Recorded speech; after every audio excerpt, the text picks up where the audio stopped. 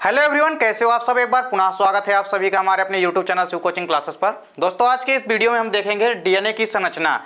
देखिए, डीएनए की आपसे पेपर में ऐसा ही पूछ सकता है कि डीएनए की द्विकुंडलित संरचना को समझाइए, या पेपर में आपसे ऐसा ही पूछ सकता है कि डीएनए की द्विकुंडलित संरचना को समझाइए, या डीएनए की वाटसन एवं क्रिक मॉडल को समझाइए। तो देखिए, यदि हम डीएनए की संरचना की बात करें यानी स्ट्रक्चर ऑफ डीएनए, तो देखिए डीएनए की संरचना में बात करने से पहले सबसे पहले क्या है, डीएनए की संरचना की यदि हम बात करें तो इसको दिया किसने, तो देखिए इस संरचना को वाटसन एवं क्रिक ने, वाटसन एवं क्रिक ने इस संरचना को 1953 में दिया। कब दिया? 1953 में। इस संरचना को वाटसन एवं क्रिक ने कब दिया? 1953 में दिया। और वहीं इसी कार्य के लिए इनको 1962 में, कब?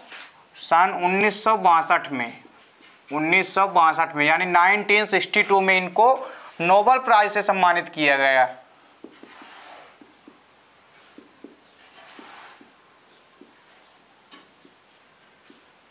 नोबेल प्राइज या नोबेल पुरस्कार से सम्मानित किया गया। तो यानी यहाँ पे आपको पता होना चाहिए कि सबसे पहले डीएनए की जो संरचना है इसको दिया किसने, तो वाटसन एवं क्रिक ने दिया इस संरचना को सन 1953 में। वहीं इस कार्य के लिए उनको 1962 में नोबेल पुरस्कार से सम्मानित किया गया। तो देखिए, डीएनए की खोज किसने की? वाटसन एवं क्रिक ने। कब? 1953 में। वहीं इस कार्य के लिए इनको 1962 में नोबेल प्राइज से भी सम्मानित किया गया। अब देखिए, यदि बात करें हम डीएनए की संरचना के जो मुख्य बिंदु हैं, इन मुख्य बिंदुओं को पढ़ने के बाद हम डीएनए की संरचना की बात करेंगे।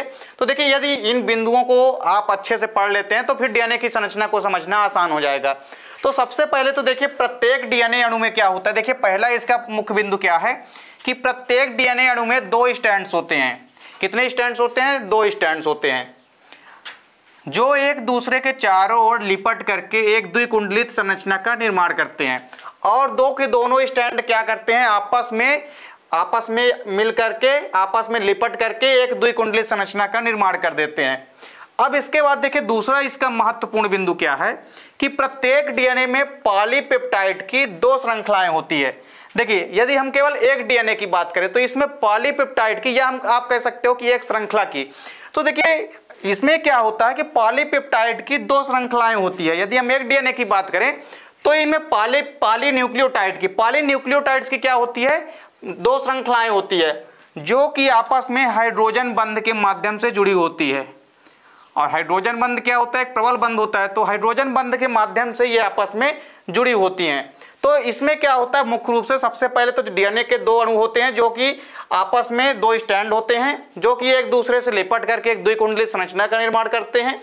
उसके बाद देखिए, जो एक डीएनए होता है, यदि हम प्रत्येक डीएनए की बात करें यानी हर एक डीएनए में पॉलीन्यूक्लियोटाइड की 2 श्रृंखलाएं पाई जाती है। किसकी? पॉलीन्यूक्लियोटाइड की 2 श्रृंखलाएं पाई जाती है, जो आपस में हाइड्रोजन बंध के थ्रू माध्यम से जुड़ी होती हैं। तो ये आपस में किसके माध्यम से जुड़ी होती हैं? दोनों के दोनों पॉलीन्यूक्लियोटाइड की श्रृंखलाएं ये आपस में हाइड्रोजन बंध के माध्यम से जुड़ी होती हैं। वहीं न्यूक्लियोटाइड, देखिए न्यूक्लियोटाइड क्या होती है? डीएनए की बेसिक यूनिट होती है, यानी आधारभूत इकाई होती है। तो न्यूक्लियोटाइड सीढ़ीनुमा दंडों के रूप में दोनों स्ट्रैंड्स के मध्य में व्यवस्थित होते हैं। अब यदि न्यूक्लियोटाइड्स की बात करें तो ये दोनों स्ट्रैंड्स के आपस में मध्य में क्या होते हैं? व्यवस्थित होते हैं, तथा आपस में ये नाइट्रोजनी क्षारकों के माध्यम से जुड़े होते हैं। यानी जो नाइट्रोजनी बेस होते हैं इनके माध्यम से ये आपस में क्या होते हैं? जुड़े होते हैं। इसके बाद देखिए क्या है कि प्यूरीन व पिरीमिडीन की मात्रा, यानी आपस में जो नाइट्रोजनी क्षारक होते हैं प्यूरीन व पिरीमिडीन, इनकी मात्रा क्या होती है? बराबर होती है, यानी इनकी मात्रा क्या होती है? इक्वल होती है। इसके बाद देखिए, तथा एक प्यूरीन एक पिरीमिडीन के साथ जुड़ता है। ये हर जगह होगा, एक प्यूरीन हमेशा एक पिरीमिडीन के साथ ही जुड़ता है, ना कि प्यूरीन और प्यूरीन आपस में जुड़ेंगे। इसमें हमेशा क्या होगा? एक प्यूरीन जो है एक पिरीमिडीन से जुड़ेगा।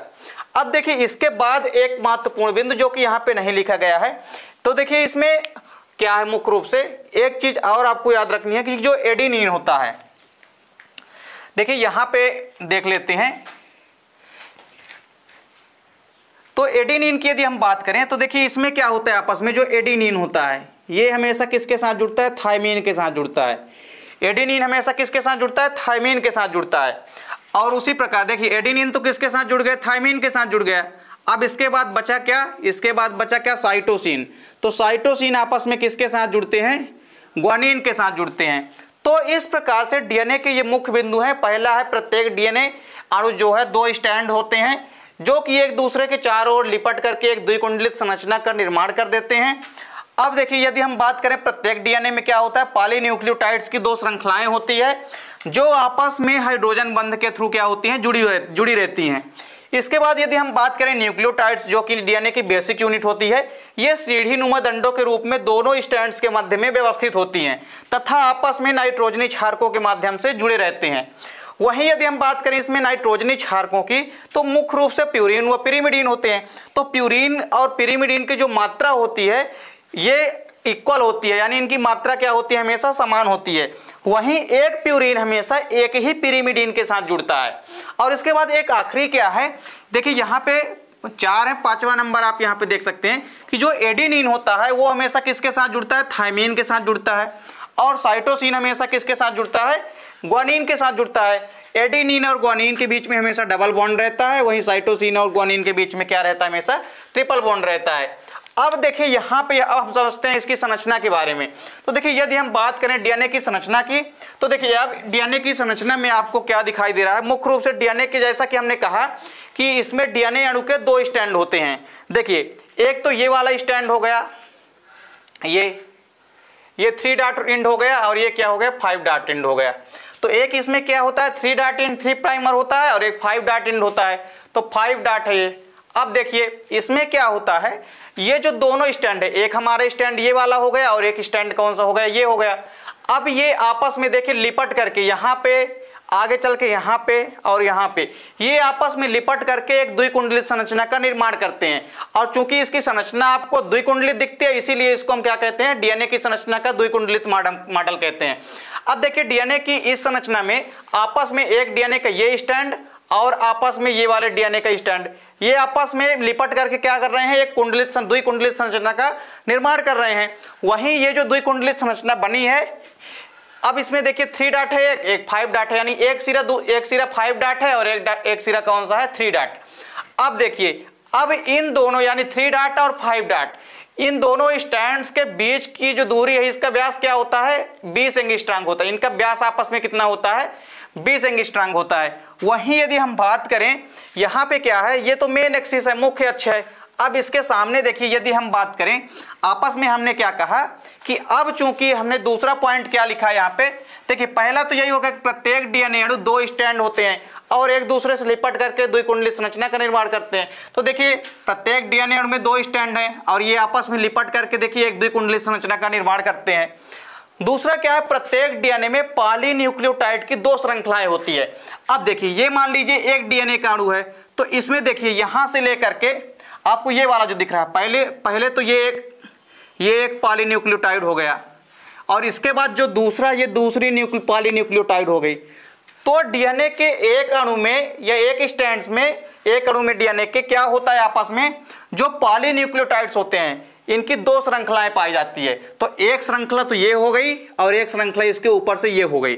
तो प्रत्येक डीएनए अणु में पॉलीन्यूक्लियोटाइड्स की 2 श्रृंखलाएं पाई जाती है। और ये श्रृंखला और ये श्रृंखला ये आपस में किसके माध्यम से जुड़ी रहती हैं, H बॉन्ड यानी हाइड्रोजन बांध के माध्यम से जुड़ी रहती हैं। तो इस प्रकार से देखिए आपस में जो डीएनए है इसमें जो 2 श्रृंखलाएं होती है वो किसकी होती है, ये पॉलीन्यूक्लियोटाइड की श्रृंखलाएं होती है। किसकी होती है, पॉलीन्यूक्लियोटाइड की श्रृंखला होती है। तो पॉलीन्यूक्लियोटाइड की आपस में श्रृंखला होती है जो कि आपस में ये श्रृंखलाएं दोनों पॉलीन्यूक्लियोटाइड की होती है जो आपस में हाइड्रोजन बंध के माध्यम से जुड़ी रहती हैं और दोनों स्ट्रैंड्स आपस में क्या करते हैं, लिपट करके एक द्विकुंडलित संरचना का निर्माण करते हैं। अब देखिए यदि बात करें न्यूक्लियोटाइड की, न्यूक्लियोटाइड सीढ़ीनुमा दंडों के रूप में दोनों स्ट्रैंड्स के मध्य में व्यवस्थित होते हैं। अब देखिए ये क्या है, ये पूरे के पूरे क्या है, न्यूक्लियोटाइड्स हैं जो कि आपको एक सीढ़ीनुमा, देखिए यहाँ पे है, इसके बाद ऊपर जस्ट फिर इसके ऊपर फिर इसके ऊपर। तो इस प्रकार से ये एक सीढ़ीनुमा जो है सीढ़ीनुमा दंडों के रूप में व्यवस्थित है, यानी एक सीढ़ीनुमा संरचना आपको दिखाई दे रही है एक के बाद एक। तो इस प्रकार से जो न्यूक्लियोटाइड्स हैं वो आपस में एक सीढ़ीनुमा संरचना में दोनों स्टैंड्स के, एक स्टैंड तो डीएनए के ये हो गया और दूसरे स्टैंड ये हो गया, तो दोनों स्टैंड के बीच में ये व्यवस्थित होते हैं न्यूक्लियोटाइड्स। अब यदि हम बात करें आपस में ये जो डीएनए के दोनों स्ट्रैंड्स हैं किसके माध्यम से जुड़े होते हैं, तो ये आपस में नाइट्रोजनी क्षारकों के माध्यम से जुड़े होते हैं। अब देखिए नाइट्रोजनी क्षारकों के माध्यम से तो जुड़े हैं यहाँ पे, लेकिन यहाँ पे क्या है कि प्यूरिन चूंकि क्या होते हैं, प्यूरिन और पिरिमिडीन के माध्यम से जुड़े होते हैं, प्यूरिन और पिरिमिडीन के माध्यम से जुड़े रहते हैं। और इसमें देखिए क्या होता है, एडेनिन हमेशा किसके साथ जुड़ता है, थायमिन के साथ जुड़ता है। तो ये देखिए आपस में डीएनए के दोनों स्ट्रैंड नाइट्रोजनी क्षारकों के माध्यम से जुड़े हैं। एडेनिन के साथ क्या जुड़ा है, थायमिन जुड़ा है। वहीं साइटोसिन के साथ क्या जुड़ता है, साइटोसिन के साथ क्या जुड़ता है, साइटोसिन के साथ जुड़ता है ग्वानिन। और ग्वानिन किसके साथ जुड़ा है, साइटोसिन के साथ। तो वही है, बात वही है, चाहे आप ऐसा लिखो चाहे ऐसा लिखो, दोनों वही है। तो देखिए यहाँ पे आपस में ये जो न्यूक्लियोटाइड की स्ट्रैंड है ये आपस में किसके माध्यम से जुड़े हैं, नाइट्रोजनी क्षारकों के माध्यम से जुड़े हैं। और नाइट्रोजनी क्षारकों के माध्यम से ही दोनों स्ट्रैंड आपस में जुड़े होते हैं। अब चूंकि एडेनिन थायमिन के साथ जुड़ता है, इनके बीच में हमेशा डबल बॉन्ड होता है। साइटोसिन हमेशा किसके साथ जुड़ता है, ग्वानिन के साथ। ग्वानिन हमेशा किसके साथ जुड़ेगा, साइटोसिन के साथ। वहीं थायमिन हमेशा किसके साथ जुड़ेगा, एडेनिन के साथ। तो इस प्रकार से ये डीएनए के आपस में जो न्यूक्लियोटाइड्स के अंदर नाइट्रोजनी क्षारक होते हैं ये आपस में जुड़े होते हैं इस प्रकार से। अब यहाँ पे देखिए एक चीज और बात है कि यहाँ पे यदि हम बात करें तो देखिए एक यहाँ से लेकर के देखिए इनके बीच की दूरी आपस में यहां से लेकर के यहां तक की दूरी, यानी एक सर्पिलाकार की दूरी जो है कितनी होती है, तो एक न्यूक्लियोटाइड की दूरी यहां से लेकर के यहां तक के बीच की कितनी होती है, ये होती है 34 एंगस्ट्रॉम होती है। और देखिए यहां से लेकर के आपस में नाइट्रोजनी क्षारकों के बीच की दूरी, आपस में यदि हम बात करें नाइट्रोजनी क्षारकों के बीच की दूरी, लेकिन देखिए यहाँ पे एक नाइट्रोजनी क्षारक है और यहाँ पे, यानी दो न्यूक्लियोटाइड्स के बीच की दूरी जो होती है देखिए यहाँ से लेकर के यहाँ तक, या हम कह सकते हैं यहाँ से लेकर के यहाँ तक। तो दो न्यूक्लियोटाइड्स के बीच की दूरी कितनी होती है, ये होती है 3.4 एंगस्ट्रॉम होती है। कितनी होती है, 3.4 एंगस्ट्रॉम होती है।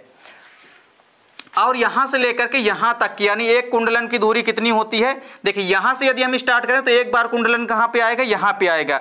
तो एक कुंडलन की दूरी कितनी होती है, यहां से लेकर के यहां तक की बीच की दूरी, तो यहां से लेकर के पूरी यहां तक की दूरी कितनी होती है, ये 34 एंगस्ट्रॉम यानी कि 34 एंगस्ट्रॉम होती है। तो इस प्रकार से पूरी की पूरी डीएनए अणु की संरचना में दो स्ट्रैंड्स होते हैं, एक 3 डॉट सिरा और एक 5 डॉट सिरा। अब इसमें क्या होता है, इनके बीच का व्यास जो है 20 सेंटीमीटर 20 एंगस्ट्रॉम होता है। वहीं आपस में इनके बीच में क्या होते हैं, दोनों स्ट्रैंड्स के बीच में न्यूक्लियोटाइड्स होते हैं और न्यूक्लियोटाइड्स आपस में नाइट्रोजनी क्षारकों के थ्रू जुड़े होते हैं, जिनके माध्यम से दोनों स्ट्रैंड आपस में जुड़ जाते हैं। और दोनों स्ट्रैंड जो आपस में जुड़े होते हैं वो प्यूरिन और पिरिमिडीन की मात्रा उनमें क्या होती है, समान होती है। जिसमें क्या होता है, एडेनिन हमेशा थायमिन के साथ जुड़ता है और साइटोसिन हमेशा किसके साथ जुड़ता है, ग्वानिन के साथ जुड़ता है। और आपस में यदि हम बात करें एक डीएनए अणु की, तो एक डीएनए अणु जो है वो दो पॉलीन्यूक्लियोटाइड श्रृंखलाओं का बना होता है। जैसे एक अणु ये हो गया और दूसरा ये, तो ये दोनों श्रृंखलाएं हैं, एक पॉलीन्यूक्लियोटाइड की ये श्रृंखला है और दूसरी ऊपर वाली। तो ये आपस में डीएनए अणु में दो पॉलीन्यूक्लियोटाइड्स की श्रृंखलाएं होती है और ये श्रृंखला आपस में हाइड्रोजन बंध के माध्यम से जुड़ी होती हैं। और इसके बाद देखिए आपस में यदि हम बात करें तो ये सीढ़ीनुमा दंडों के रूप में न्यूक्लियोटाइड्स व्यवस्थित होते हैं इनके अंदर से, जिनके माध्यम से पूरे के पूरे डीएनए अणु की संरचना जो है जुड़े रहते हैं, या हम कह सकते हैं डीएनए के दोनों कुंडलन जो है आपस में जुड़े रहते हैं। तो इस प्रकार से डीएनए जो है आपस में दो डीएनए के अणु जो है क्या करते हैं, आपस में लिपट करके एक द्विकुंडलित संरचना का निर्माण करते हैं। इसे ही हम डीएनए का द्विकुंडलित संरचना या वाटसन एवं क्रिक का डीएनए मॉडल कहते हैं। तो यहाँ पे दोस्तों सबसे पहले तो आप इसका स्क्रीनशॉट ले लीजिए, क्योंकि ये क्वेश्चन दोस्तों पेपर के पॉइंट ऑफ व्यू से काफी इंपॉर्टेंट है और ये क्वेश्चन दोस्तों पेपर में 4 नंबर का पूछा जाएगा। तो इस क्वेश्चन को आप अच्छे से तैयार कीजिएगा। उम्मीद करता हूं दोस्तों वीडियो पसंद आई होगी। दोस्तों वीडियो अच्छी लगे तो लाइक और कमेंट कीजिए। मिलते हैं दोस्तों नेक्स्ट वीडियो में, तब तक के लिए जय हिंद, वंदे मातरम।